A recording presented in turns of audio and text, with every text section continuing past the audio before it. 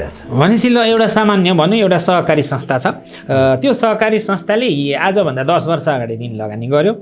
लगानी गर्दाखेरि उसले जम्मा जम्मी 3वटा मात्रै कागजात राख्यो। एउटा सम्बन्धित ऋणीको नागरिकताको प्रमाणपत्र, कुनैमा त्यो पनि छैन। एउटाले अनि दोस्रो ऋणमा आवेदन फारम, त्यो पनि कुनै एउटा तेस्रो पक्षले उत्पादन गरेको, र ऋण तमसुक त्यो पनि कुनै तेस्रो पक्षले उत्पादन गरेको अथवा आफैले बनाएको होइन, अरू कुनैबाट ल्याएर त्यहाँ प्रिन्टेड पनि छ र ह्यान्ड रिटन पनि छ।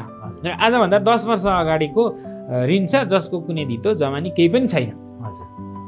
यस्तो ऋण असली हुन्छ होइन? अब यस्तो ऋणलाई अब ऋणै असुली गर्ने भनेको, ऋणै असुली नहुने यति डकुमेन्ट पनि जुन अहिले हजुरले भन्नुभएको छ, यति डकुमेन्ट छ भनेदेखि पनि ऋण असुली गर्न सकिन्छ मजाले सकिन्छ।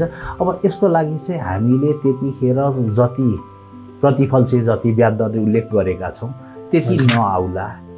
हजुर। अनि त्यसपछि कानुनी झन्झट अलिकति बढी होला। त्यतिखेर सहज तरिकाले ऋण लगानी गरेपछि अहिले त्यसपछि परिणाम भोग्नु पर्ला, दुःख बढी गर्नु पर्ला, मेहनत बढी गर्नु पर्ला, खर्च बढी गर्नु पर्ला, तर ऋण असुली नै नहुने भन्ने चाहिँ छैन।